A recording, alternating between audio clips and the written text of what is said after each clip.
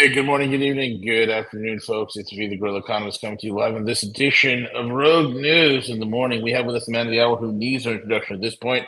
We're talking about the the pontiff of the trash pandas. The one and only Veles is here. Veles, good morning, buddy. How are you? Good morning, my friend. How are you doing? My man, I'll tell you, I'm doing great. But where do we begin? We got P. Diddy, aka Sean Johnson and Johnson Baby Oil Combs, arrested. Pink, Yeah, the entertainer Pink, has taken down her Twitter page. Usher's taken down his Twitter page, deleted all tweets. It's all coming out, man. It's all Kevin Hart has shut down many of his restaurants that are closed. yep. What is going down, brother? I mean, where do you want to begin? Let's start there, and we can, go from there, I guess, because I think the hottest news right now is: are we looking at another Epstein thing? Which I think we are. And I think we are looking at another intelligence operation, and the question becomes, why are they throwing Diddy under the bus all of a sudden? He's been very effective with all of this, number one. Number two, which faction is it that's actually throwing him under the bus? That's the other thing. So Yes, and those are all excellent questions and spot on. I have a whole section of today's program about Diddy. And I've also got a Rogue exclusive, as I told a number of you on the Discord page, that I don't believe this piece of information I'll share on a separate topic dealing with nuclear power is anywhere. So let's jump into it. And V, by all means, pull me over if you've got commentary input or I stepped on somebody's foot. 3 Mile Island. Yes, indeed, folks. 3 Mile Island is back. One of America's scariest moments concerning nuclear power is in the news again. In 2019, the 3 Mile Island nuclear power plant's remaining generators were shut down due to the plant no longer being viable from a cost standpoint. Late last week, it was announced Microsoft's going to be investing along with another power company into revitalizing the 3 Mile Island nuclear power plant. They plan for operations to be online by 2028 with a specific focus on, say it with me, supporting artificial intelligence data centers and their associated demands.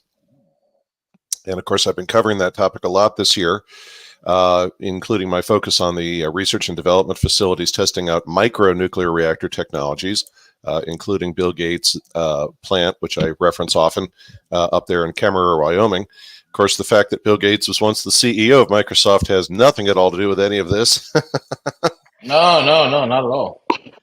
My gut says we're going to see things in nuclear power accelerate to huge proportions. And as I said later in today's program, I've got some rogue-only news on this. So let's get into P. Diddy. And boy, yes, indeed, it is crazy out there. The videos, the disclaimers, the revelations, what do you call it? It defies understanding. On a number of programs this year, I've covered quite a bit about P. Diddy and foreign and domestic intelligence operations, of which I would say at this point it's undeniable he was part. This includes a rather lengthy segment I had on this topic last March. And just a reminder, because many things have fallen into the memory hole, a couple of things we need to review. Just a reminder, P. Diddy tried to flee the country earlier this year, and they brought him back, for those who may have forgotten about that. Then the most recent activity of him willing to put up his mom's house and his own house to make bail. Can you say flight risk? This is not just about avoidance of prosecution, folks. This is real biblical level terror in a human being. And by that, I mean him. Do you also remember the financier of Israeli private equity who died in that plane crash earlier this year in Silicon Valley, Laurent Petrushka, Yes. and various things he was connected to? Then we also have the 5-part documentary called Quiet on the Set, who specifically focused on pedophiles at Nickelodeon that aired last March. But we also had the movie that was released, which the missus and I just saw. It's called Blink Twice. Yes, which I've was been put wanting. out by Lenny Kravitz's daughter, Zoe Kravitz. And let me tell you, man, it gives you a nice little peek, so to speak. And she did it in an artistic kind of way, but she did it where you kind of get how these guys are doing it. So I recommend people go check that movie out. Blink twice. Yeah, I saw the write up on it, and I've been wanting to see it. I just can't get to it yet. I was hoping it was.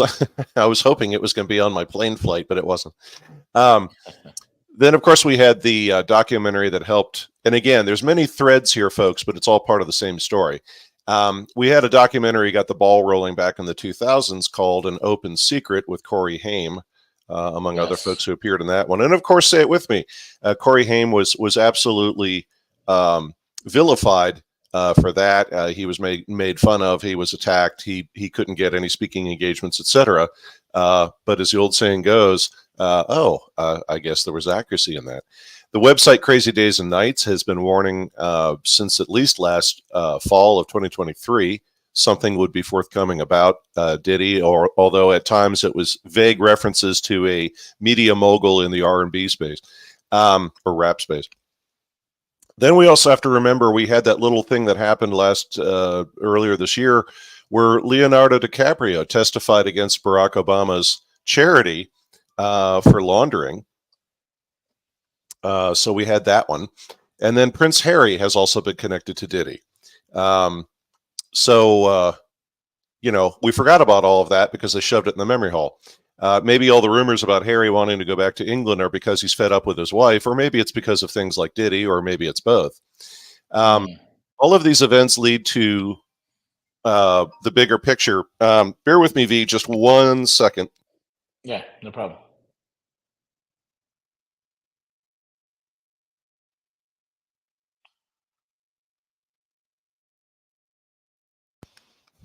Okay, I'm back. I guess you and I both have employers trying to get hold of us. All of these events lead to a bigger picture. And sadly, once again, the minute a story pops up on Diddy, whether from last January, last March, or now, we have two things that always occur. First, stories in venues like the Daily Mail, the people coming out of the woodwork saying things to the effect, I never felt comfortable around that guy, unquote. Second, all the film clips we evidently forgot about, or video clips, until they were needed, keyword, of parties and high-profile events at Diddy's house where Jennifer Lopez, among others, were in attendance. And then never mind, Ashton Kutcher and his wife Mila Kunis were recently photographed in L.A. Notably, they were set at separate locations with each of them had one of their kids with them. And there's no other way to say it. When you've got paparazzi taking photos of you and they're going to be there, usually you want to, kind of spruce yourself up a bit, maybe do your hair. Ashton and Mila looked like death warmed over. They did not look well at all. And several of the photos I've seen of them in public recently did not look well. So given the supposed associations between the two of them, and especially Ashton with Diddy, I can understand why. Never mind, we had Ashton's rather powerful testimony to Congress a few years ago about his support to stop child trafficking. Thank you, Bill. For those of you who may be unaware, Sean Combs' inmate number is 37452-054. Thanks to the websites Bill has made us aware of where you can find an inmate. I always felt Ashton used his celebrity to do something good when he testified about child trafficking.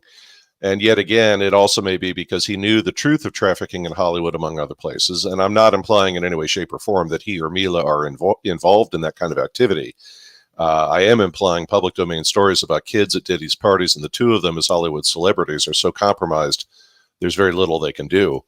Per the Discord page, several Hollywood celebrities, as V was mentioning a moment ago, scrubbed their Twitter accounts this weekend, and I'm sure more will follow as they too try to create some distance.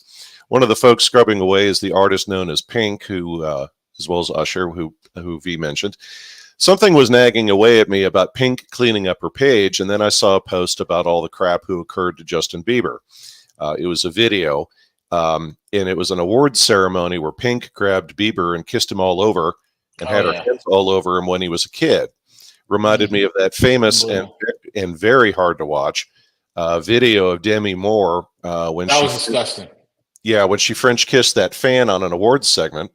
Yeah, it was a little kid. It was like maybe like 12 or 13, or maybe no more than 14 years old. Absolutely. So, in a small sidebar, all the videos that are resurfacing about all the things that occurred to Justin Bieber, it's amazing the poor kid hasn't killed himself and makes what occurred to River Phoenix far more understandable. On the Diddy front, we also have old skits by the comedian Cat Williams of Cat not calling Diddy by name, but mentioning high-profile Hollywood parties and what happens there. It's all fun and games as comedy until you realize he's telling you the truth the only way you'll hear it, which is through humor.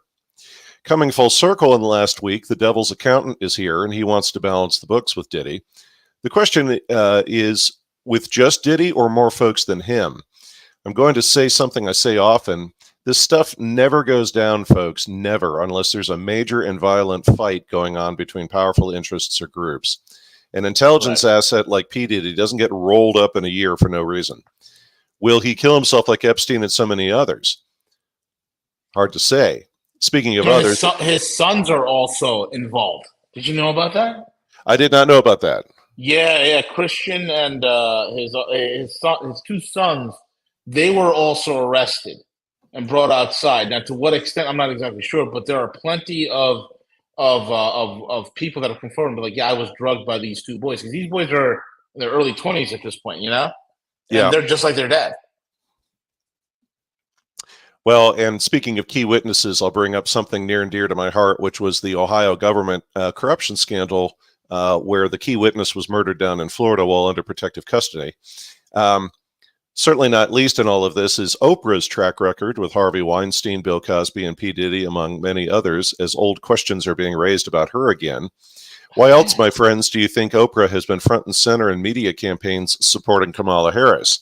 She needs immediate protection from what may go down with Diddy, and she's more than happy to lend her brand to people who will pay for it. Will that keep her alive? I don't know. But recall the late Paul Mooney's comedy material about why there was a falling out between Oprah and Whoopi Goldberg, who may offer some clues. I'm referring to the voodoo practice known as boule from Haiti. Of course, mentioning Haiti these days will take you down strange roads in Ohio. Not to mention we had an equinox this weekend, but it's not like I monitor these things because it's all made up, right? What I want to see is the degree of damage from the fallout of P. Diddy's situation and where it goes. Will corporations get hit, media companies specifically, some other accidents around people associated with foreign intel and the FBI? We'll have to see. Growth in the human migration market. Speaking of Ohio, more facts are coming out about how so many people from one country ended up in Springfield, Ohio, a city who claims there's no truth to the rumor there's been a huge influx of Haitians into the city, even though the city has a Haitian advocacy group. You heard me right.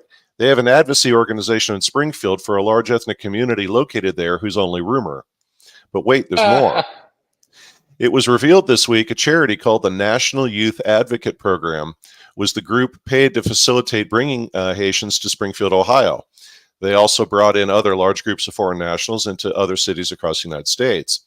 Their website has already been scrubbed to hide the leaders managing that group, but not to worry. Recall the websites I showed you on Rogue News a few weeks ago who may help you find things that have been scrubbed off the internet. That or the always pertinent, always accurate advice of Bill. The CEO of the group is a woman named Marvina Twigg, Twigg, and the charity is located in Columbus, Ohio. Recall also the degree of laundering that goes on with charities, non-governmental organizations, or NGOs, and aid organizations. Where did the National Youth Advocate Program receive their money? Well, the U.S. government, of course, to the tune of millions of dollars. Go file a FOIA if you want the exact figures on how much money is involved. If you think people close to the Ohio governor didn't get cut, I have a bridge I want to sell you with a great view of Kiev. By the way, V, I also found out she's probably a 10-minute drive from my house. Oh, man. Yeah, I'm always at the center of things. Is Kamala a Marxist? Taking a moment to discuss Kamala Harris and her Marxist background, a Rogue listener posted a video of two guys discussing Kamala's background, this being Chris Williamson's program, where he interviewed Eric Weinstein and asked him about Kamala's use of the phrase, what can be unburdened by what has been? It's a Marxian reference to creating a new society by eliminating the past by rewriting it or killing those who remember it. Anyone from Imperial Russia or Cuba is very familiar with that kind of thinking. I also believe the video and the conversation is a plant by design. Now, why would I say that? We've had discussions on prior programs of the idea or concept in certain circles that people who practice evil cannot commit that evil until they tell you they're going to commit evil. Then if you're still compromised, well, it's your fault because you were told in advance. I know this will sound a little strange, but bear with me. In the world of psychological operations, what's one of the best ways to diffuse a population inside a country or an organization who might rise and resist what you're doing? The answer is you tell them it's not their imagination and they are indeed, in fact, being taken advantage of. Now, why in the heck would you do that? You would do it because otherwise they're an angry group who do not know why they're being hurt, and they may seek out ways to find out who's hurting them or why they're in distress. Therefore, you tell angry left-wing people it's the Republicans' fault, and you tell angry right-wing people it's the Democrats' fault. In both situations, neither of those things are true. You could tell them the truth is the London Corporation or Davos are causing your problems, but that's not going to work as most people don't even know who those folks are. But you tell them their pain is not their imagination, and it is indeed real, and here's what's causing it. But at the same time, you're telling them there's nothing they can do about it. The result being you've completely diffused their ability to self-organize and react. I've been in South America, and I've met true honest-to-God academic Marxists. I've also had lengthy interactions with university-based Marxists. And it's the old joke who says a Marxist, a true Marxist, cannot exist without other people's money, whether it's university tenure or someone like Che Guevara coming from a wealthy family. Does Kamala Harris drop phrases who sound or are Marxist in nature? Yes. Are they indeed Marxist phrases? Yes. But that does not make her a Marxist, any more than it makes her a girlfriend when she was involved with Montel Williams, Willie Brown, or any other high-profile man with whom she was set up. She's a form of social and political resource.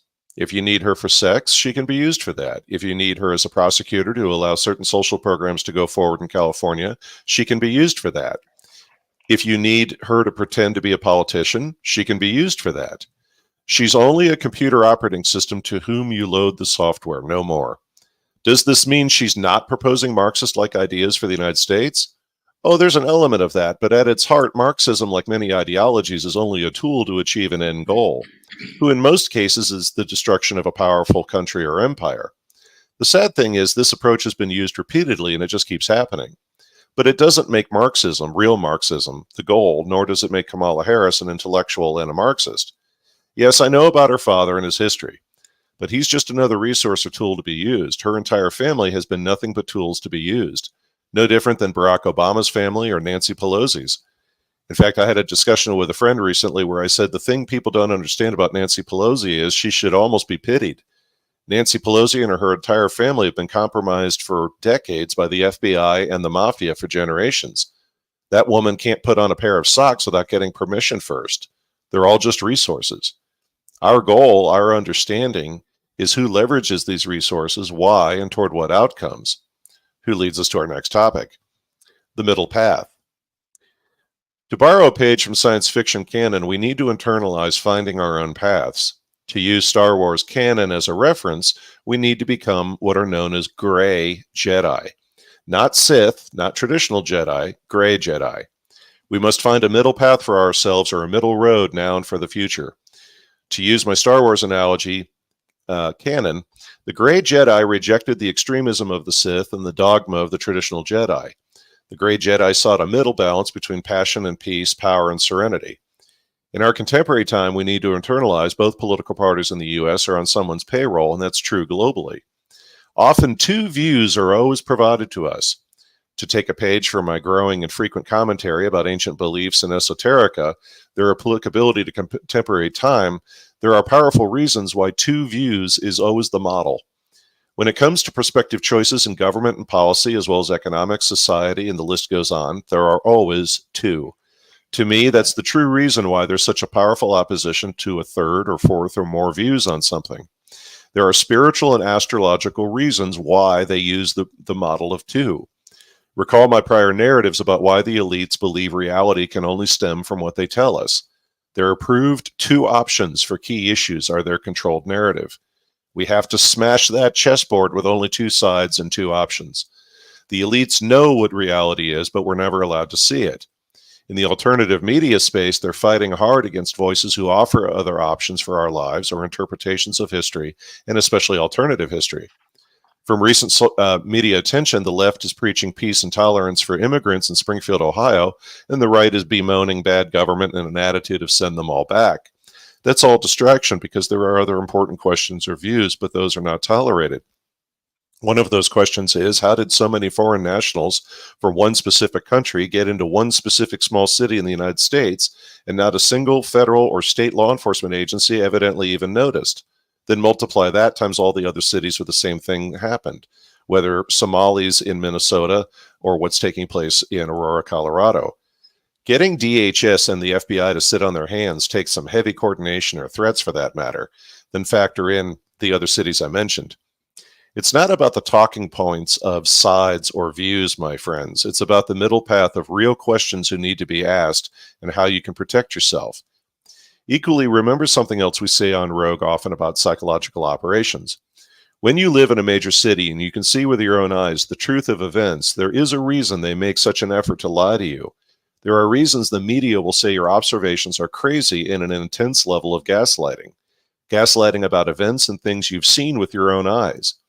They tell you, despite what you can see, it's your imagination, and the heat from the protest fires are just your imagination. We know what that can do to a person. I have people in Ohio who are at ground zero near Springfield, and I know the true situation on the ground. Further, it's stunning for Ohio's governor and state officials to speak so openly about their bringing foreign nationals into that city through little-known government programs. This is another reason for the middle path, a path of your own on this journey we're on together towards the Holy Mountain. And I'm quite serious about the esoteric reference to the sacred pyramid when I say the Holy Mountain. We are ascending via the middle path, avoiding the lies of both sides towards truth. And the path towards truth is never easy. The distractions are becoming more pronounced by design, my friends, because we're getting closer. Their attempts to distract us are reaching fever pitch because we are so close. So the next topic, V, I have a feeling you'll want to weigh in on. So by all means, feel free to jump in. This is about the events last week, folks, with the exploding electronics in the Middle East. This segment, I call it Halt and Catch Fire and What the Heck Happened with Pagers in Lebanon. There's quite a lot to cover with this topic, probably as much as P. Diddy. I'll provide a little bit of a primer and some perspective from where I sit. On Tuesday, September 17th, global media covered dozens, if not hundreds of people in Lebanon and other countries were harmed by their cell phones or pagers exploding. The following day, on September 18th, were reports of handheld walkie-talkies detonating and harming their intended targets. First item is, some of you might say, pagers. Who the heck is still using pagers? Well, more than you might believe, because I know folks in law enforcement to specialized response folks and power plants to many professionals who still need them, specifically text pagers. There's a ton of reasons why they still use them. They're often encrypted with good reason, and they have low bandwidth needs that make them ideal, especially in situations where networks are weak or barely operating. Some have suggested small-shaped plastic explosive charges were inside the units before they exploded. The media suddenly seemed to have a lot of information by the 18th, saying it was a derivative of C4 plastic explosive injected into the batteries. That may or may not be the case, and unless weapons experts I used to work with say differently, I believe media statements that we've heard are disinformation by design. Not to mention the obvious, my friends. Why would any major intelligence agency ever admit such complex tradecraft within hours? No, it's a lie, and I'm going to explain some dynamics around this. Namely, there always was the means to cause electronic devices to explode like this. The takeaway is not a heavy degree of modification to the devices, but the fact that it's already a ubiquitous capability. Even more bluntly, they can make your phone blow up. When I was working for Homeland Security back in the 2000s, I was privy to communications traffic of all sorts of things about what might be possible and what they believed was taking place in the field. Cell phones with 2 bullet barrels in them to shoot someone at close range, hiding stuff in children's electronic games, bombs hidden in cell phones, the list goes on. In most situations, the device could be turned on and it appeared like it was working, but so much of the electronics had to be removed in order to insert whatever was the package. How many times were devices like that found by security at the Dulles Airport, JFK, or other U.S. airports? To my knowledge, never. But the normal Veles comment in a situation like this: had various private security and U.S. intelligence people developed these types of options previously? Oh, you bet they did. I mean, come on, my friends, why do you think it is we accuse other countries of groups of some incredible tradecraft capability? Because we know it works, because we've already developed it. Equally, let's not get too caught up into the what of how those devices were made to explode. I'll say, why would anyone want to discuss these tradecrafts and other details that are suddenly now available in the press? Equally, prove to me it was Israel who at least carried out this operation. I'm not saying Israel doesn't benefit from it, but the Norwegians or the French are quite capable of an operation like this. I'm going to offer my perspective today, and at the same time, we need to be more focused on the acceleration in warfare that this is. So let me turn back the clock. When the first large computers, or big iron as we called them, were developed in the 1940s and 50s, they did have vulnerabilities that were simply part of how they worked. Said another way, if you parked a 1970s vehicle with a carbureted engine in a parking lot and pressed down the accelerator to the floor and kept it there, eventually you're going to blow up the engine. It's not because there's anything wrong with the car, but you just can't treat a piece of equipment like that. The same was true with early computers who could be destroyed by entering the wrong instructions or configurations. Then there's the old trope about Star Trek defeating a powerful computer by telling it to find pi to the last digit. This brings me to a TV show who leveraged a phrase associated with things like this called halt and catch fire. Factually, that phrase is a reference to machine code instructions who cause either the memory or the CPU or the computer chips to spool up as fast as they can and receive no commands to cease that activity.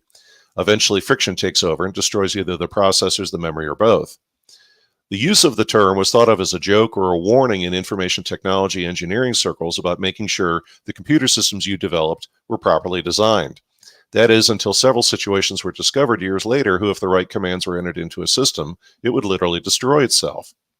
Or said another way, speed up to your maximum speed until you seize up or halt, and then because of the heat and friction, catch fire. Halt and catch fire. If you worked with military systems associated with intelligence work, those systems were literally designed to halt and catch fire on purpose. Many years ago, when George Bush Jr. was president, the U.S. lost a spy plane near Chinese territory. As the plane was descending after being struck by a Chinese fighter, the crew entered those commands into their systems, the intention being to destroy the processors and the memory of the intelligence information. Then they had these big hammers literally bolted to their workstations for smashing the screens and ripping out the memory to stick them in onboard microwave ovens to completely destroy anything in them. The reason I'm walking you through all of this is because, loosely said, halt and catch fire type commands are real. In the case of military equipment, they were designed that way. In the case of commercial equipment, inserting code into processors or the operating software can be done, and the instructions to create this outcome are not very complicated. So returning to the cell phones and the pagers. With the increasing use of more and more exotic materials for lithium batteries, the potential for something to go wrong is very high. It's not electric city buses or Teslas who can catch fire, my friends. Small electronics can as well. Why in the heck do you think the pilots' unions and the flight attendants' unions force the airlines to tell people not to put any kind of electronics with lithium batteries in your checked luggage? I was asked about my having lithium in my checked luggage last week consistently because of how fearful folks are if they catch fire. That's because changes in altitude and pressure can cause those things to catch fire in the cargo hold of a plane. Not to forget either, we've had cargo ships catch fire and sink because lithium batteries stored on board or in electric vehicles that were being transported encountered saltwater spray, causing them to burst into flame. The airlines don't want to talk about it, but the pilots and the flight attendants were not going to remain quiet while their lives were in danger. Instead, they want to keep those devices in the passenger compartment at a more consistent pressure and temperature. If you fiddle with the way an electronic device draws power or cycles power with something as sensitive as a lithium battery, you can make it explode. I'm quite certain whoever pulled this off in the Middle East did that very thing by activating the software code they inserted all at once. Plus, we've often said on Rogue, once lithium starts burning, it's like trying to put out phosphorus, meaning it's nearly impossible. It's also a lot easier than getting hundreds of compromised devices with plastic explosives in the hands of your enemy's personnel. From an engineering standpoint, every bit of space in your cell phone or laptop is completely used with no waste. Inserting something into those devices is nearly impossible. So in conclusion on this topic, consider the following. Many years ago, a think tank person I knew in the government sector proposed the following. Now, a little bit about him. He's the kind of person who's like the protagonist in the movie Law Abiding Citizen, for those of you who remember the Gerard Butler film. And yes, Law Abiding Citizen was also the film where the judge picks up her phone and there's there's a barrel with a bullet in it, and she gets killed when she turns the phone on. He said Tesla cars now have software. If you miss a payment, they can theoretically make the car leave your driveway for pickup. You don't even need a repossession person to go get the car. Equally, if that software is not on a particular vehicle, it can be easily loaded without the owner's knowledge. Now, he was working on the following tactical tool or tactical study to determine how theoretically possible it was to make an electric vehicle or a group of them, like a hive, used as part of a multi-acid attack against a target, to get them near a target and then cause the lithium batteries to explode. They worked up simulations such as how many vehicles would be necessary to cause a fire substantial enough to, for instance, weaken a bridge or a building, especially if you have an internal parking garage. Equally, tactical use of such an approach to take out a target who's driving on the highway or potentially even a motorcade. My reason for getting into this rather rare level of detail on such a tactic is with good reason. It's because we may see these things in the months ahead, either globally or in the US. Many powerful actors have studied how to launch an attack via something like an exploding cell phone. No one did it on this scale, key word, my friends, and listen to what I'm saying. No one did it on this scale before for a reason, because now they've opened Pandora's box. One or two phones causing your house to burn down, with you in it, can be reasonably explained. Military planners globally are now studying this in detail because I know I would be. Taking emotion out of it, this was a brilliant attack. Its novelty is now gone, and worse, it's become just another tool in everyone's toolkit rather than theory. Not only that, with the proof of concept appearing to be considerable, now every conceivable weaponization of this goes into overdrive. Something big had to happen for this form of attack to be pulled off the shelf. That's worth understanding. This is not something you just do. It takes a lot of approval to carry this out because your next use of it will be far less successful. To paraphrase Daffy Duck, it's a great trick, but I can only do it once. Secondly, it's one of the many reasons why I never want to own an electric vehicle.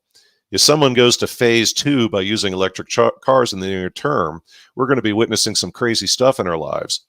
Lastly, if you should happen to see a Tesla drive by you on the road and there's no driver, if I were you, I'd pull over and get in a ditch. This is the only warning you're getting.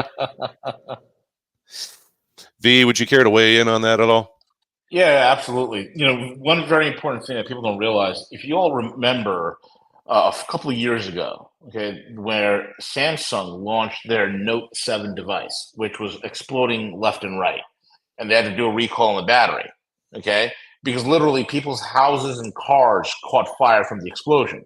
People don't understand what you could remotely override. Like, for instance, there's a lot of smart circuitry that goes on the battery. And it was from the Note 7 explosions that Samsung and all the other phone manufacturers started developing chips and circuitry to go with the battery to monitor it so it doesn't overcharge, right? Because remotely, and pagers lack this technology, but remotely you can overcharge a lithium ion battery and to make it a bomb. And when it does blow, it burns at a temperature that is quite high. In fact, if you're in an accident with an electric car, oftentimes the local fire department is not obligated to rescue you because there are what's known as invisible flames. These flames are not visible to the naked eye, number one, and number two, they burn at 1,500 degrees Fahrenheit. This is what you have to realize. So imagine, this is a serious thing. This is a serious thing. So imagine these pages going up, and there were people that were killed and maimed and hurt from what was happening in Lebanon. And I'm telling you right now, if they're carrying around older cell phone devices, the same thing could happen. The newer cell phones, you don't have to worry about it because there are fail-safes so far that are in them. And folks, I'll tell you one, I'll say it again, it's a good time for you to consider either getting a Huawei device or something because it's getting real interesting. Yeah, this is the end, and without going too far afield, and thank you, V, that was spot on. as I've mentioned on other shows, and John Singleton has, and V has, and we've had other content about this. You can use VPNs on your home computer. You can use VPNs on your cell phone, and various firewall protections. I'd like to believe I was one of the first folks in my my crew who loaded a lot of protections on my first smartphone, just because I knew the danger of people walking around with cell phones with no form of protection on them. I'm like, what do you think this is, 1995? You're cruising around on the internet with just absolutely no antivirus protection or anything else. But the manufacturer always has the ability to get to the processor. They've always got the ability to get to the operating software, and that's where something like this gets pulled off. So to V's point, if you've got, I don't want to use the word custom, one could use the word bespoke, but if you've got a cell phone or a home computer that was built for you, like we used to, we did it in the 90s because it was cheaper than buying it from the manufacturer. Then the manufacturer's got the cost down enough that it's like, I'm just going to, my personal laptop is a gamer's laptop. I bought it not so much for gaming, but just because it's got so much overbuilt cooling and everything in it. But in the final analysis, we're reaching the point where it's like we're going to have to go back to building our own equipment or find somebody who does for you, simply because it's just too damn dangerous to use anything from the manufacturer. It was a joke, but not really. Daily Mail had a story last week where after the third or fourth type of device had been compromised in that part of the world, they had a storyline that started with "What's next? Refrigerators." And my first thought was, well, I did work with Whirlpool as a consultant for a number of years, and I hate to tell you this, but actually, yes. And if you look at it this way, how many people have bought smart fridges that are connected wireless that give out a MAC ID address? I mean, turn on your Bluetooth, right? Shut your Bluetooth off on your phone, turn it back on, and then wait a few minutes and watch your screen for your Bluetooth start to populate with various MAC ID addresses. These are your toasters, your coffee machine, your washer, your dryer, your refrigerator, folks. Well, and no joke, for those of you who remember the 1980s kind of campy but still good horror film called Maximum Overdrive, where like an alien spaceship does something and all the machines on Earth start killing people. As the old saying goes, that was funny until the events of last week. Now it's like, maybe I will churn my own butter. I don't know. Follow money because it is the future. Something for your consideration and personal investing, my friends, as well as various goings on in the world. And as we always say, we're not offering investment advice, only information regarding activity in the market. Always do your own research. And then this is where I'm going to get into the Veles exclusive for you on things dealing with nuclear energy. The first item is private equity, per publications like PE Hub or Private Equity Hub, continue to speak to several sectors where the next big flow of money is going. The first is cybersecurity. Cybersecurity across many sub-areas is still receiving huge private equity money. Further noting my last program about will artificial intelligence blow up because it's not making any real profit. Well, there will always be money in cybersecurity. I hate to say this, but it's the world we're in. Should we have a few more major cyber attacks on banks or power grids, I'm sure that sector will explode even more, no pun intended. Plus, evidently, we now need to go down to a more granular level of cyber experts who can look at how your phone's doing. Plus, always remember the following when it comes to cybersecurity. When companies come up with new business approaches or products, they tend to sit on those things once they're developed and in the marketplace because they want to improve margins and chase profit.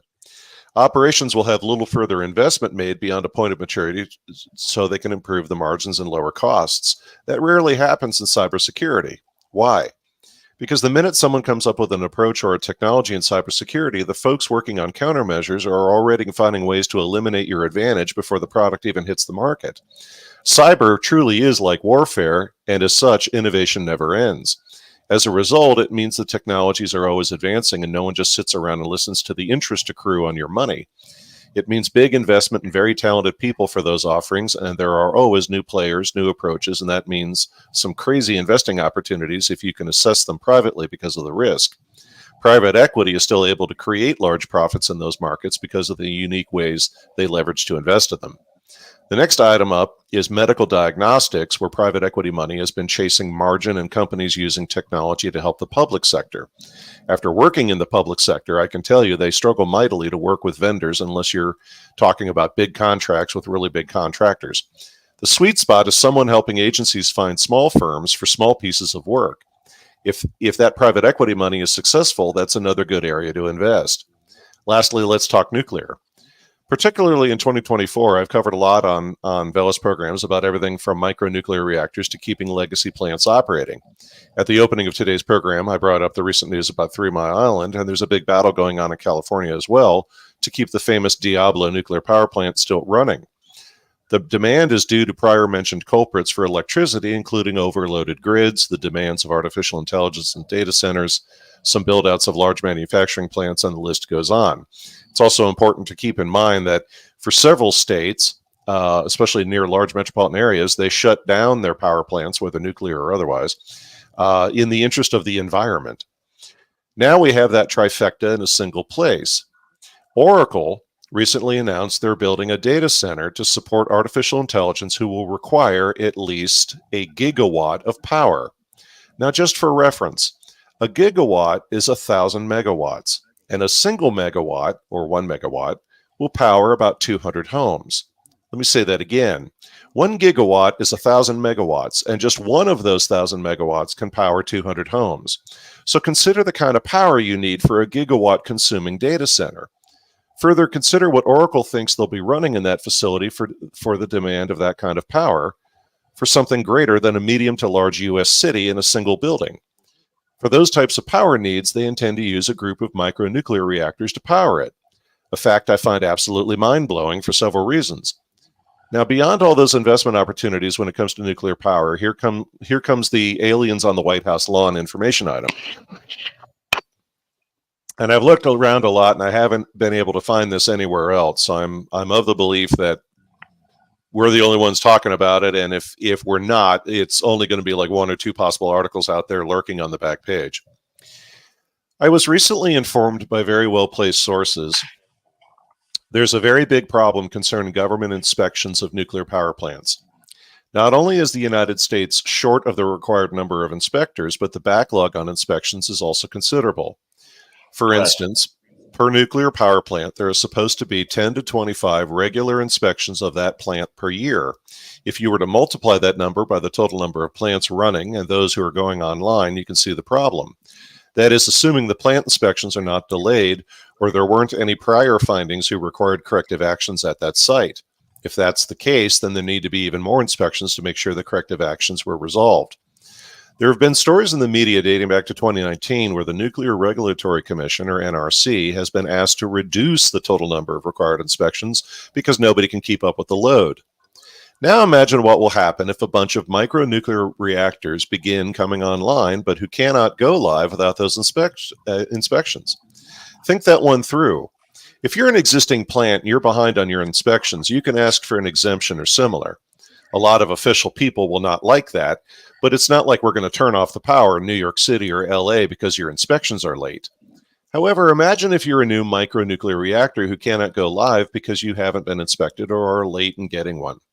Plus, you have all this private equity money tied up because they can't get paid till you flip the switch. Oh, baby, that's huge. Think of the pressure private equity and everyone involved in. Just Bill Gates' proprietary nuclear reactor would be delayed. I mean, the Kemmerer, Wyoming plant didn't even have permission to begin construction from the state of Wyoming's agencies, and Bill Gates said, the hell with it, start construction anyway, and they did. Because it's Bill, and he can get away with that. Imagine what happens if those plants are commercially viable, but they cannot turn on. As a result, what is happening with what I just described? And this is the takeaway. There's a surge of biblical proportions going on right now in new and existing companies who are hiring people from a wide variety of backgrounds and then running them through fast training programs. There are people being trained or cross-trained, as the case may be, to conduct these inspections of both the current market and the one to come. The Nuclear Regulatory Commission is responsible for the work getting done, and they can leverage third-party firms if they meet government requirements. There are visual inspections, non-destructive testing, actual destructive testing, and even the use of drones for both inside a facility and outside. There's a lot of potential areas of work, and now we have money and demand. So in conclusion, if you look into this, my friends, you might find something your kids or grandkids could do for a job as well as options in your investments. And as I said, in reviews of the media, I didn't see anybody else really touching on this. So I believe we were the first to the table with that particular news item. Technology, another item to monitor, both because of the politics behind it and your investments. We've covered the dynamics going on with Intel and their counterpart NVIDIA, from lines of credit problems, costs, and competition, and the list goes on. Tom Luongo had an interesting thought late last week. He feels NVIDIA is an intentional market bubble. If that's true, it says a lot, not just as it relates to NVIDIA specifically, but other stocks out there who are also intentionally being bubbled for the short-term gains. Keep your eyes open. You could be driving the big rigs. There are important things going. Veles, Go ahead. One of the things I want to add about your nuclear power plant thing, that's something that's pretty. I've been talking about for a while. If you guys remember the story that I told you, a client of mine was high up there in the NRC, the Nuclear Regulatory Commission. He also, prior to that, he served as the nuclear triad during the Cold War, submarine, right? And then from the submarine, handling the nuclear, being an officer in submarine forces, handling the nuclear trident, so to speak, being a very, up there in terms of, launching nuclear missile strike on the Soviet Union, to working in the NRC for the next 20 some odd, almost 30 years. He was the guy, and him and his team were the ones that were running around the country putting out the fires. And what were the fires? The nuclear power plants, he would always tell me, are so poorly run. And he's the one that came in the term run to failure, right? The nuclear power plants are all on a run to failure attitude. The people, the smart guys, he was telling me, guys that are in his group, his generation, his age, that were running it when things were running efficiently, they're all retired, they're all gone. And what is being replaced with is a bunch of bloviating bureaucrats and or corporate types who are just about, making things look good on a spreadsheet. The plants are all very poorly managed, very poorly maintained. There's multiple issues that he had to himself intervene or come out of retirement in order to stop the nuclear leaks from occurring, from reactor cores that were overheating, to all these mishaps that were happening within the NRC, the Nuclear Regulatory Commission, and all the power plants they were managing. So you could imagine, folks, the dilapidated condition that our nuclear power plants are in this country. And this is all due to the idiot leftists and the environmental bozos who thought it was a brilliant idea to nuclear is going to be like Hiroshima and Nagasaki. It's not. And now we're playing catch up. We're so behind the ball on nuclear energy. It's not even funny, Veles. It's terrible, the dilapidated condition we're in, number one. And number two, we don't have the talent, the knowledge, or the know-how to build the next generation nuclear reactors, man. That's where we are. Go ahead. Well, yeah, and even CNN folks just yesterday had an article, inflammatory, of course, during an election year, that China is eating our lunch when it comes to nuclear technology development and similar. But that also is the Hegelian dialectic once again. Oh, look, there's a problem. We already have a solution. Now we're going to give you the solution. And in some part, I think the solution will be, we'll use microreactors. We'll cross that bridge when we get to it. But yeah, there is so much going on. The other thing is even the Department of Energy. I've shared with all of you Tav's information about the folks he knew. I've got former defense folks I used to work with, contractors who are now all working for the Department of Energy. What are they doing there? Well, there's no other way to say it. They got offered better money to leave the DOD world and go over to the DOE world of Department of Energy. How did that happen? Well, it's the old joke about ideology sounds great until you got to get stuff done. The Department of Energy so offended everybody prior to the coup. And then once they instituted the coup policies, they had a massive departure of people.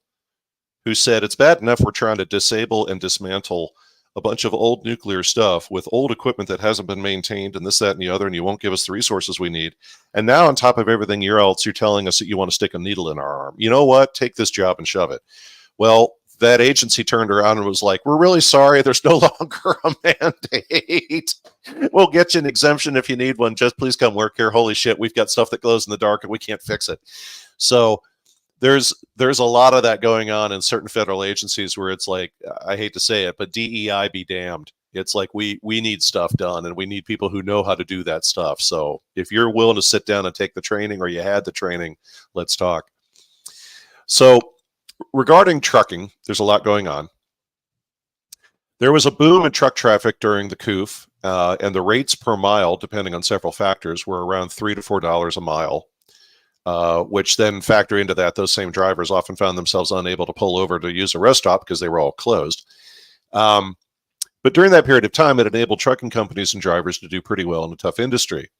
The other thing is there was a surge in new trucking companies during that period, and these were firms with anything from 10 to 20 trucks, unlike major carriers that you see going down the road who own like 100 of them. As of today's program, those transportation charges are now down to $1 to $2 per mile. There are various factors in that figure, but on average, that's how far it's dropped. The result is drivers are barely breaking even, and many of those newly established trucking firms have gone bankrupt. Why does this matter? Contrary to purely an economics view of this, we have to consider the human costs. Learning how to be a good truck driver takes time. Per the name on this segment, I grew up in the 1970s and 80s with local television ads for truck driving schools where their motto was, you could be driving the big rigs. Trucking companies pay well for drivers with 1 million miles driven without an accident, but there's a small population of drivers who've achieved that because it takes a lot of time and a lot of expertise as well as a little luck. There are very good drivers out there, but they may not have 1 million miles under their belt. A lot of drivers are leaving the sector because they're worn out from these most recent booms and bust periods. Getting them back may prove to be hard if they're needed again. It's the age-old reality when it comes to U.S. military shipbuilding, where the United States has to build ships we don't need just so we don't lose the expertise of our personnel. The globalist mindset reality of that last surge in the trucking industry is this. I know people in the trucking and freight forwarding sectors who needed those drivers, and they had to get them somehow during the COOF. So yes, they hired foreign labor as drivers, and many of those folks are from Mexico. I'm not going to play games with terminology, noting my earlier segment about there's only two views, like illegal immigrants or refugees or any of the nonsense used in the media. They're foreign nationals working in the United States, and on a number of occasions with some rather shaky paperwork that justifies how they're working here. We need to stop getting caught up in the word salad given to us by the media about whether or not it's a person who's illegal or a refugee or whatever it may be. They're foreign nationals on U.S. soil, and they're not tourists. They are working, though. In the minds of our globalist friends, it's one of their favorite ways of looking at the world. Just let the labor go where it's needed, including across national borders. What has happened during the trucking downturn? Well, many of those drivers from Mexico found other work or returned to their home country. Another challenge with what I just described is how truckers are paid in the U.S. versus Europe. This is not an argument about Europe is better, but instead Europe does things differently because it's in their interest to do it differently. European truck drivers are essentially paid a salary, and sometimes a bonus structure paid on certain criteria. U.S. truck drivers are paid by the mile. There was a time when paying U.S. drivers by the mile made sense. That's not the case anymore, and further, it's what leads to U.S. drivers speeding or making dangerous lane changes and similar on the highway because they cannot log miles unless they've dropped off or picked up their cargo several times during the week. As the cargo centers are not necessarily open 24/7, that means they have to get those loads to the cargo center by late afternoon or no later than 7 or 8 p.m. This also coincides with rush hour congestion, so you can see the problem. If U.S. drivers were paid like European drivers, you could avoid a lot of problems. So why doesn't the U.S. adopt that system? Simple. It's highly profitable for the key parties involved, so they keep it that way. There are many such industries where we see these surge and bust behaviors with workers caught in the middle. Early in September, there were stories in the news about firms like J.P. Morgan telling their young hires in investment banking to work no more than 15 hours a day. For those of you who may be unfamiliar, in big finance, they work those young hires with their recently minted bachelor's or MBA degrees literally to death. New York is famous for it. So why the concern about working hours? Well, because some people have died recently and some lawsuits have popped up. The same occurs in the medical world, where young doctors are worked very hard as almost a rite of passage. Lastly, I've seen this in the IT world for decades. Build the new systems, market becomes saturated, lay everybody off. Build the new system du jour, market becomes saturated again, lay everybody off again, rinse and repeat. The most recent example of that being the recent resurgence in data centers being built to support artificial intelligence. In my own case, back in the 1990s, I worked during peak periods of the year at least 100 to 120 hours a week. We had same-day dry cleaning, and we had closets to store our second set of suits and shirts. I would often sleep at the office, wash up, and throw on a fresh set of clothes and get back at it. The AI data center growth will blow up, folks. It's just because it always does. It's the law of how these things occur. The question is whether it occurs because artificial intelligence cannot return the projected value in the next year, or because the market is saturated. If it's the former, we'll know in about 12 to 18 months. Equally, one of the biggest factors during these booms is how to contain cost and maximize margins. It's why this issue of labor keeps coming up and is at the center of this topic, regardless of where the labor is coming from. That or attempting automation through software to eliminate labor costs. In my 30 years of seeing the limitations of the, quote, well, we'll fix it by making the software do the work instead of people, unquote, doesn't work either. In conclusion, I know the globalists feel you could just let doctors, bankers, IT professionals cross international borders at will to manage these work surges. However, in practice, it rarely works that way. When I was with GE, we tried to offshore and reshore and H-1B our way to success by doing these very things. It failed horribly. In the case of trucking and cargo, I don't like where this is going. Speaking of cargo, East and West Coast ports, some of you may be aware of the following. You certainly won't see much of it on Fox or CNN. We may have a strike in either the West or East Coast ports in the weeks ahead, or both. From the program What's Going On with Shipping on YouTube and its host Sal Mercogliano, he covered this last weekend. We have contracts coming due October 1st, and as you may have guessed, neither the left nor the right of American corporate media are touching this topic with a 10-foot pole. The International Longshoremen's Association and the U.S. Maritime Alliance contracts are about to expire on both coasts. In fact, one of these contracts already did expire, and the workers are just continuing to work while negotiations continue.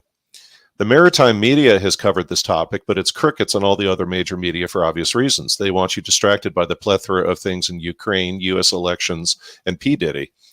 The unions are negotiating, and many expect there will be a strike. There's coverage that the White House does not want to get involved, meaning it will be management and the unions fighting this out. Remember also, there are two sides to this topic from a cargo perspective. It's not just the cargo in, but the return of the containers back to ports of departure, who by a wide margin are in Asia. We've discussed cargo flow previously in other programs when we've had the potential ports getting tied up. The main item being what the ports of LA and Long Beach are handling versus all of our other ports in the United States. We cannot simply shift West Coast traffic to the east, even if an agreement is reached with one of the two unions. The net of this is to keep our eyes on this should it occur, and the real data on how it impacts things.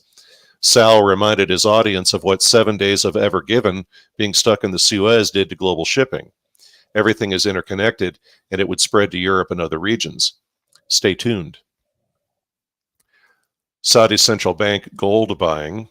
Zero Hedge recently ran an article about how Saudi Arabia bought 160 tons of gold via the Swiss. The article used language to the effect they were secretly caught doing this. That's theatrics, but what's the meat of the article? Countries are hedging instability in the dollar by shoring up their gold reserves. Another way of saying that is they're exiting the dollar and shoring up their gold reserves. The reason why the word secret is being used is for two reasons. First, because countries normally post those purchases on certain public websites, and Saudi Arabia, among others, have not been consistent in doing that. However, that doesn't mean it's anything illegal. It's my other favorite topic of people are going to have to perform their own legwork and take time out of their day and look up very granular sources to find the correlations they need. As many people are lazy, they're relying on someone else to do it for them. Therefore, a lot of media sources will miss this reality. Secondly, the transactions are not being communicated through traditional channels, as these countries are doing this for reasons who do not entirely align with phrases from business school programs like, and I quote, "The business market is perfectly rational and transparent." In this case, because shifting off the dollar is a big thing, and it's not something anyone wants to discuss on traditional business networks. Another trick being employed in recent gold buying is the same as avoiding sanctions blowback.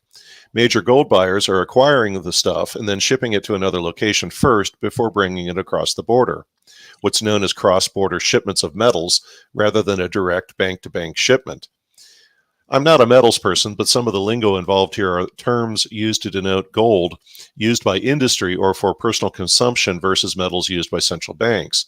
By moving gold into your country by mechanisms who, key word, could be industrial personal consumption, it hides central bank activity to a degree. Further, given the quantities involved, it's a reality few want known. I commend Zero Hedge and the author who uses the pseudonym Tyler Durden for that article. Lastly, to close out Raven Rock, which I had on the last program, I would also like to thank a lot of you who reached out to me about this. Evidently, this topic was of interest. I had quite a few people express their thanks for me covering this. And just a refresh, the book Raven Rock covers the the history of the U.S. development of the continuity of government planning, specifically as it related to what the U.S. government would do during nuclear war.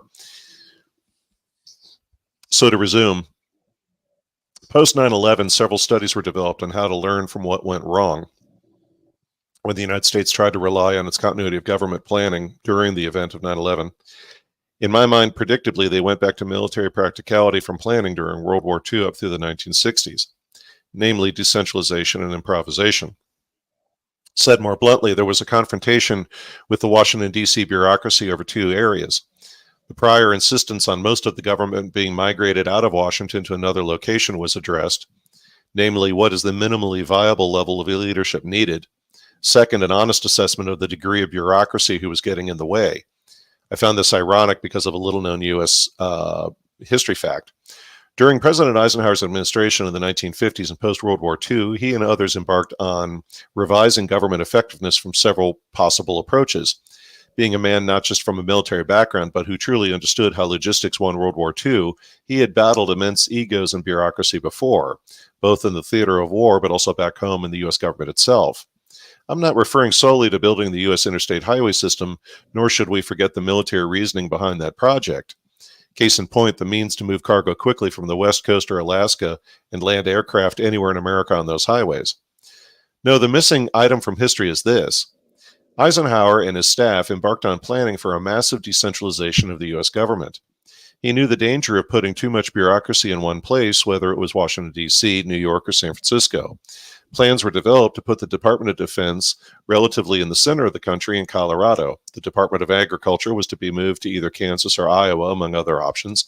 The Department of Commerce was to be bifurcated with half its operations in New York and the other half in San Francisco. There are countless operational planning changes his administration considered. In the end, though, the bureaucracy fought back and kept everything in D.C. The continuity of government planners after 9/11 embarked on blowing the dust off those Eisenhower-era plans.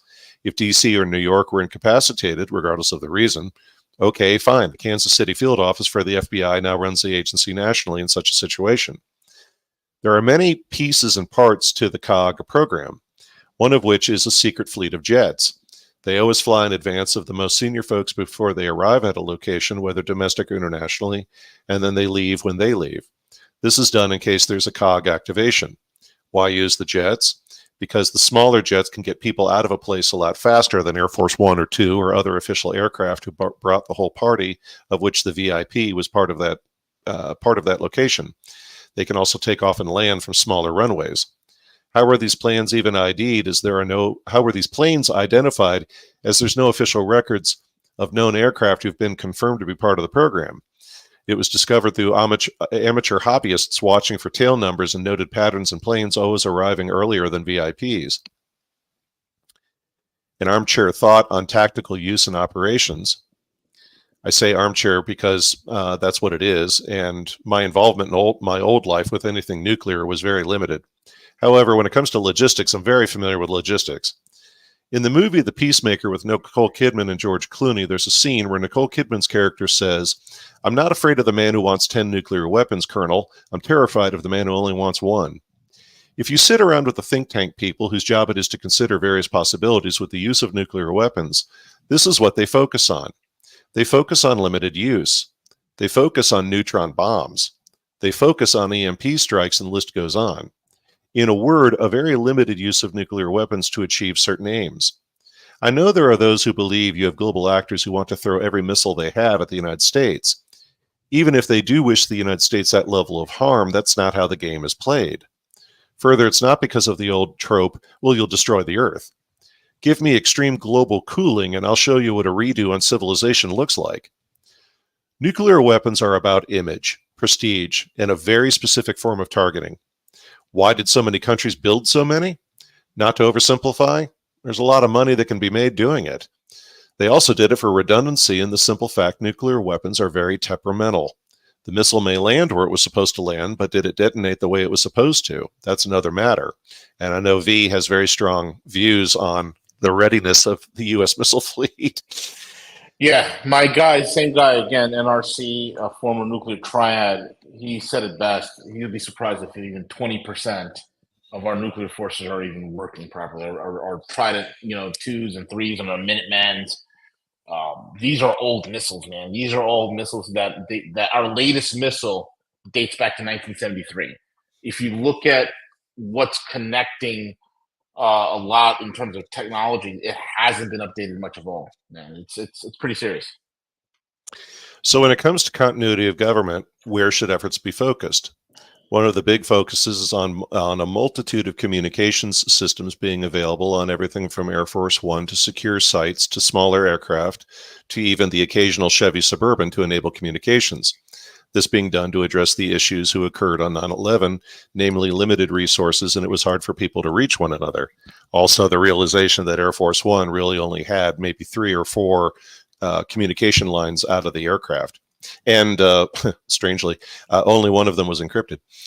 If you had a solar event, because we don't even need to throw in the North Koreans in this discussion, no matter how numerous and encrypted your systems are, you're going to be mostly down. That's a fact. Could we harden the U.S. communications and power infrastructure for between $2 to $8 billion, depending on how much hardening you desired? You bet. Have we covered that on Rogue? You bet. Have I attended FBI InfraGard meetings where that has been discussed at length? You bet. Has everyone from Frank at Quite Frankly to George Norrie at Coast to Coast had authors and researchers discussing how known those communication weaknesses are and how to fix them? You bet. Are we going to fix it? No. Why? Because you have to admit to the wider public what only people who still read books know, that the problem is extensive, aged, and they've known about it for decades. What should COG be focused on, in my opinion? More distinct and realistic scenarios of survivability and personal initiative. On that latter item, within reason and prior training to let skilled people make decisions and stop trying to plan for every possibility. There's a reason why if you spoke to the people I used to work with, they would tell you about the following over a beer. What was one of the least discussed realities of just sustaining communications in the United States during a crisis? Anyone who was anyone knew the main backbone of sustaining communications was, drumroll, ham radio operators across the U.S. Further, there was a time when that community could have pulled that off between radio amateur operators in the ham radio field. Also, no joke, this was part of the planning. The Boy Scouts supporting them by setting up tents, by setting up the communication antennas and large towers, by setting up generators and other pieces of equipment. The two groups worked quite closely for many years. As of today's program, I'm quite certain that option's a far cry from what it was 30 years ago. The United States is doing what many empires do. We're spending unbelievable sums on a system who doesn't work because it pays off the right people and feeds the egos and hubris of the people in it. Further, to reinforce the technocracy, they actually know what they're doing. The term the book uses is disproportionate response, who's been a hallmark of U.S. strategic thinking since World War II when it comes to how we would use nuclear weapons. In fact, I'll even throw this one into the conversation. Some of the big policy papers and similar I read in the 1990s said something confirmed for me by leaders of think tanks in the 2000s. That being the United States will never admit it, but all U.S. military thinking is still shaped by Pearl Harbor. That being the idea of the U.S. being unprepared and unable to respond quickly after being attacked. Therefore, the United States adopted a disproportionate response, meaning an overwhelming response. And the continuity of government follows that same thinking. So as a result, we built a giant war machine so that no matter what scale or type of attack occurred, the United States can respond. Our COG thinking is also along those lines. Build it so massive so that all possibilities and continuity of government are covered. Ironically, while the post 9/11 planning in COG was to right-size the scope, the predictable occurred shortly thereafter. You guessed it. Massive growth inflation in sites, technologies, and people added to the ranks after they just got done saying we've got to reduce the size of the thing. One of the other major problems covered in the book was this. For all the infrastructure and planning who was developed, the single biggest problem in nearly every organization I know occurred in continuity of government planning. No one could find the time or the will, or both, keyword, for proper training and various exercises to test this stuff out. Small sidebar. I can't tell you the numbers of private sector companies with whom I worked who bought large IT systems that helped them design and engineer products and similar, or government agencies with whom I worked, or even now my academic clients. I can't, it just blows my mind, the predictability of human nature. Everyone wants studies built, they want plans built, they want various emergency documentation developed, they want business operations developed. But the minute you start talking about, well, but we got to train everybody on how to use the software. Oh, it's intuitive, they'll figure it out. Dude, this is your bills of material for the products you're making. This is not something you want to screw around with. Yeah, well, we're not spending the money.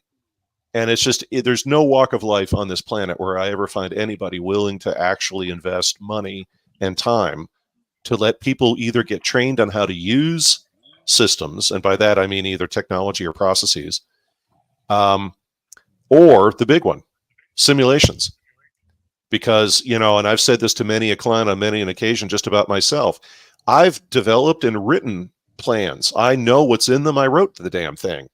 But the minute we run a simulation, somebody thinks of something that's not in the plan, which means A, I got to go rewrite it, and B, okay, it's not in the plan. What do we do?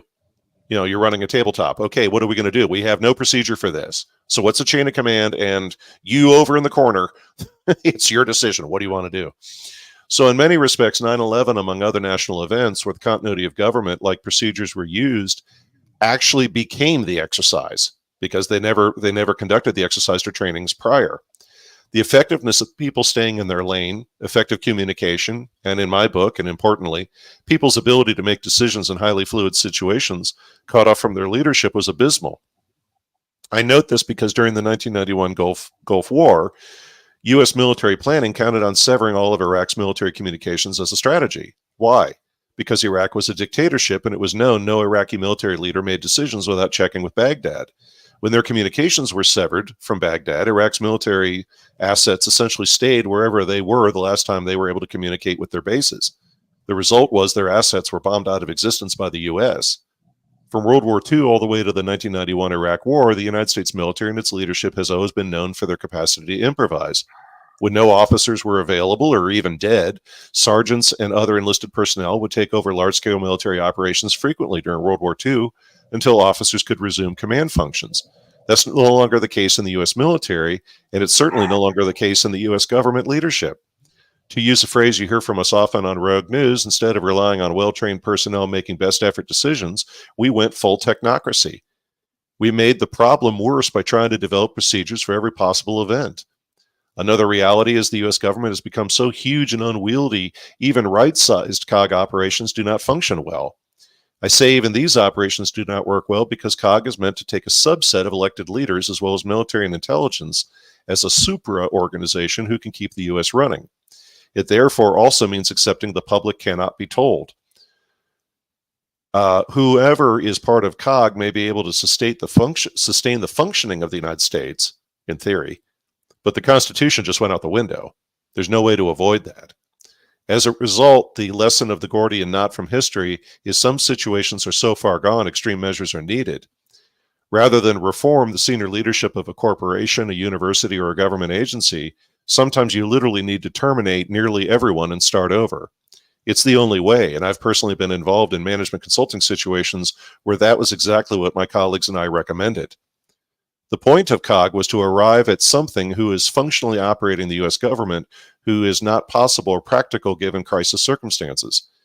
If from experience the government cannot function in many types of emergencies, and evidently neither can the COG, I can only arrive at one conclusion knowing the government.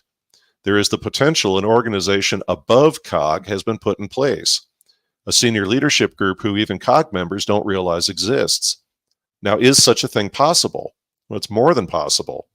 The only caveat is how they exercise their authority if they do indeed exist. Simply saying, quote unquote, the military is not enough. That is what my gut tells me. And as I look at the Denver airport's vast underground facility as a clue among many, if you want to know more about how continuity of government was stood up in greater detail than what I covered, the book is worth considering. And that's the book Raven Rock by Garrett M. Graff. With that, V, I yield the floor.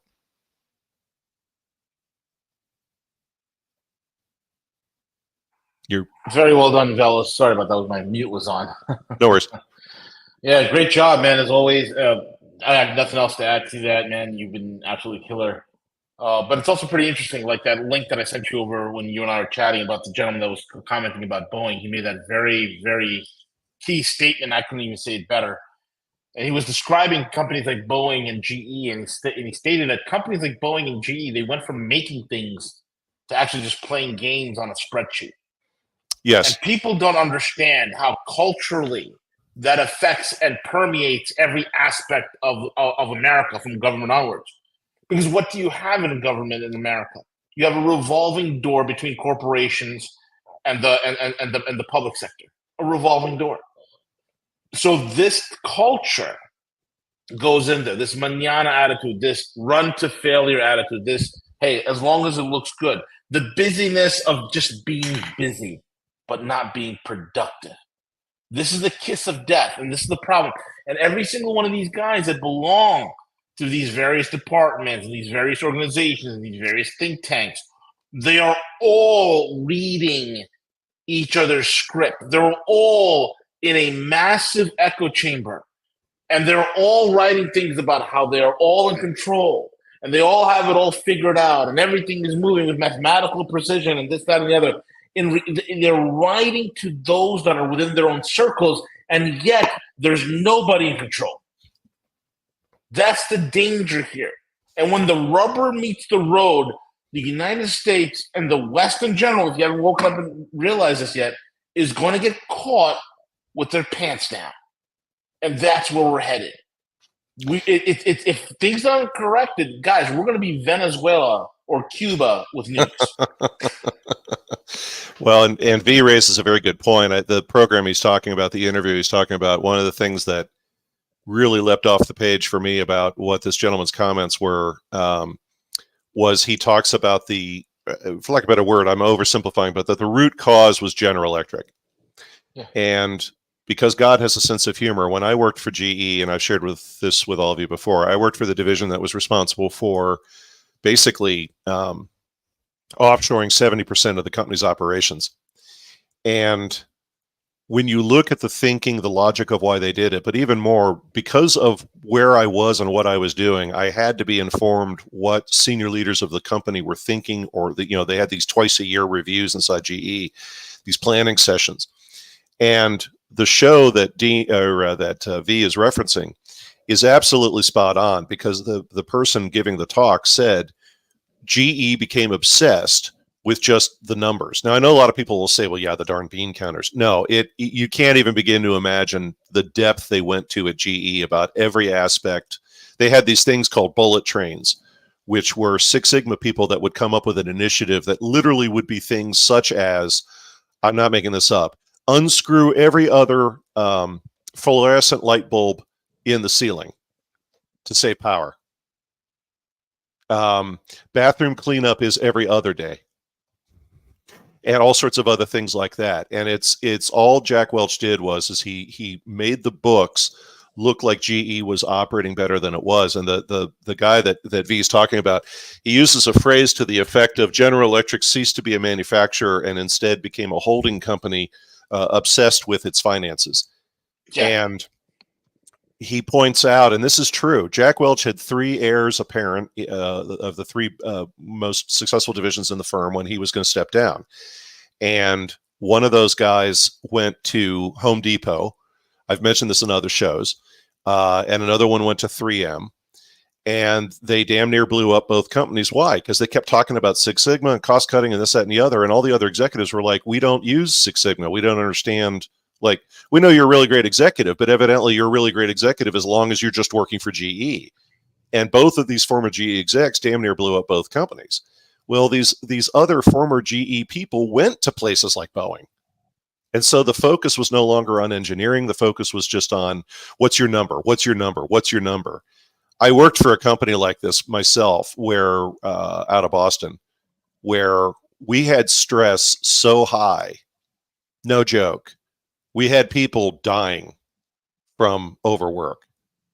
And I contacted a colleague and I said, holy crap, I just found out that, this senior director of a market had checked himself into the hospital on a Thursday morning, Wednesday afternoon, and he was dead by Friday. And the response I got from corporate was, yeah, but the important thing is he got his numbers in on Wednesday. I'm like, oh my God, did you just hear what you just said? What? He got his numbers in. That's what matters. And of course, to V talking about us becoming Cuba or Venezuela, out in this section of the Midwest, and I know V has seen it as well. I've got trucks upon trucks about trucks rolling down the road, 3/4 ton, 1 ton trucks with just private people who are metal fabricators, welders, plumbers, all sorts of different people. And my first thought was, I've seen this, to quote from the movie The Fifth Element, I've heard this music before. We have a growth market, which on the one hand is a good thing, people are employed, but we have a growth market in this country, folks, of people whose only job is fixing what we already built. And eventually that's going to run out. Like, we just can't fix it anymore. And we're going to have to go back to building stuff. And yeah, it's a major disconnect right now, but anyway. Exactly.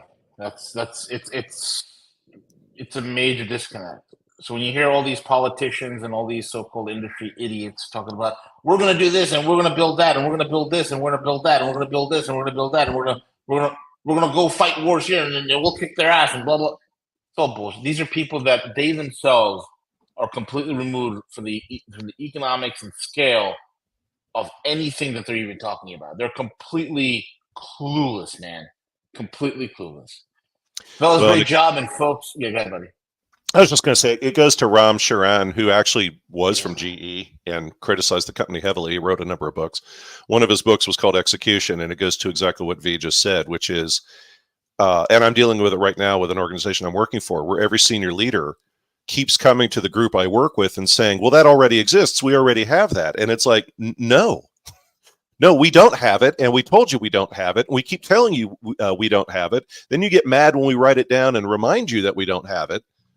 But they can't bring themselves to either learn how things work. And so Ram Charan's focus on execution was, you have organizations that are pressing the accelerator pedal and nothing's happening. And it's because they don't understand the organization for whom they work. And not to go down memory lane, but this is the old thing in America where you came up from the bottom and worked your way to the top. Why? So that you knew how the hell the company worked. You knew where everything was. You knew people who manufactured your products, or you knew people in accounting and finance because you had come up from the bottom and worked your way up. Now we just have a whole bunch of people at the top. Well, my MBA program says this. Good for you. Have a good rest of your week, folks. Thanks for joining us. I'm looking at the calendar. I should be back next Monday, barring an accident. And stay tuned on stay tuned on P. Diddy. Yep, absolutely. Thank you all for listening in. We'll be back. Cheers, everyone.